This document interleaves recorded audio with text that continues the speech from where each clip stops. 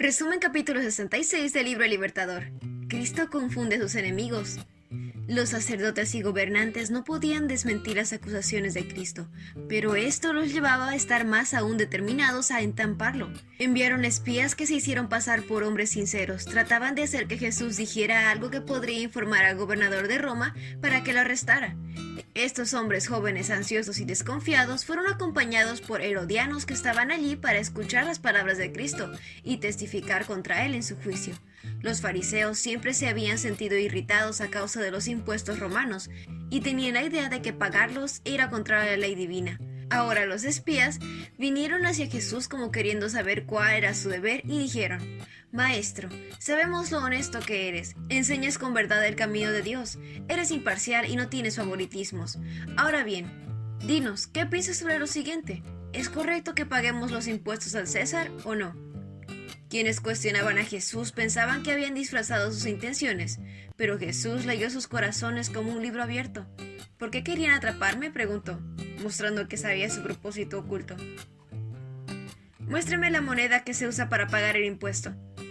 ¿A quién pertenece la imagen y el título grabados en la moneda? Ellos contestaron: al César.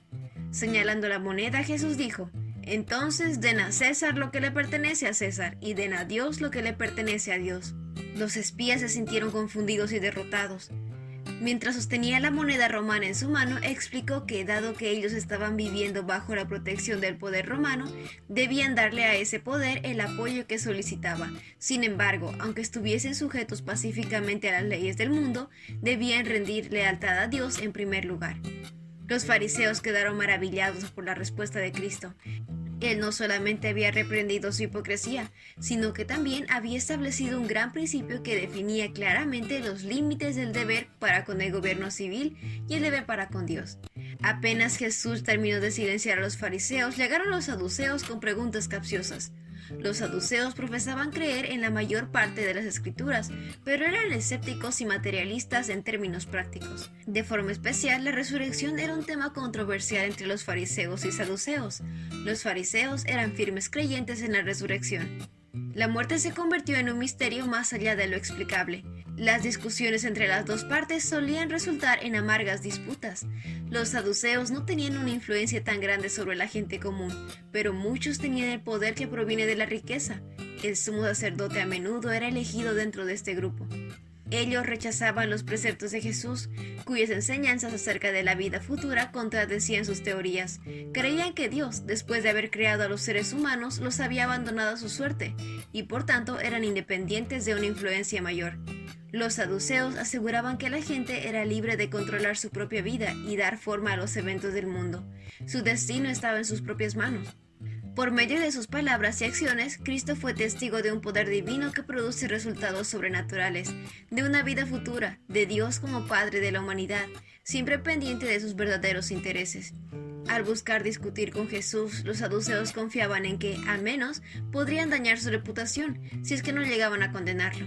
La resurrección fue el tema sobre el cual decidieron interrogarlo.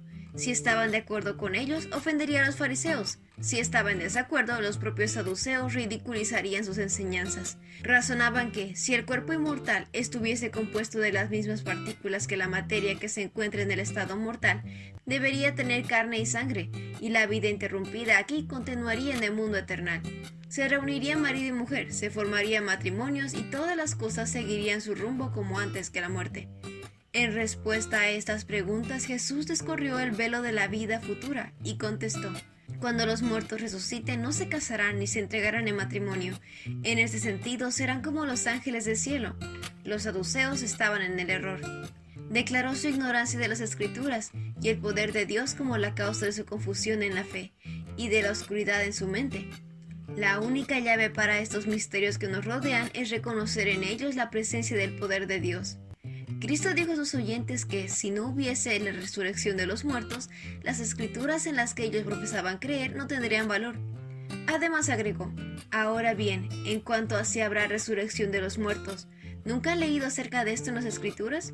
Mucho antes, después de que Abraham, Isaac y Jacob murieran, Dios dijo: yo soy el Dios de Abraham, el Dios de Isaac, el Dios de Jacob. Por lo tanto, Él es el Dios de los que están vivos, no de los muertos. Dios ve el resultado de su obra como si ya estuviese completada. Los muertos en Cristo escucharán la voz del Hijo de Dios y saldrán de la tumba a una vida inmortal. Los saduceos quedaron sin nada que decir. Él no había hablado ni una sola palabra de la que ellos pudieran tomar la más mínima ventaja para condenarlo. Los fariseos, sin embargo, no se desanimaron. Convencieron a cierto escriba educado para que cuestionase a Jesús acerca de cuáles de los 10 mandamientos era el más importante. Ellos habían exaltado los primeros 4 mandamientos, que señalaban nuestro deber hacia nuestro Hacedor, como si fueran de muchísima más importancia que los otros 6, que definen nuestro deber hacia los demás. Jesús había sido acusado de honrar los últimos 6 mandamientos por encima de los primeros 4. El experto en la ley se dirigió a Jesús con la pregunta directa: ¿cuál es el mandamiento más importante en la ley de Moisés? La respuesta de Jesús fue directa: el mandamiento más importante.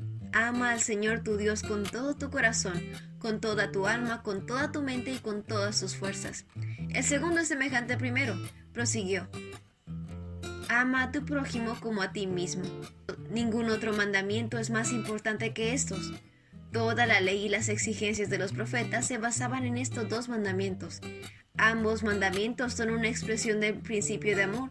No podemos guardar el primero y romper el segundo, ni podemos guardar el segundo mientras rompemos el primero. Únicamente cuando amamos a Dios con todo lo que somos, nos es posible amar a nuestro prójimo de forma imparcial.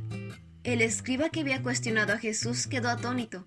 En la presencia de los sacerdotes y los príncipes reunidos ahí, reconoció con toda honestidad que Cristo había dado la interpretación correcta de la ley. Su respuesta rápida y firme ante la gente mostró un espíritu totalmente distinto al de los sacerdotes y príncipes. Al ver cuando entendía el hombre, Jesús le dijo: no estás lejos del reino de Dios.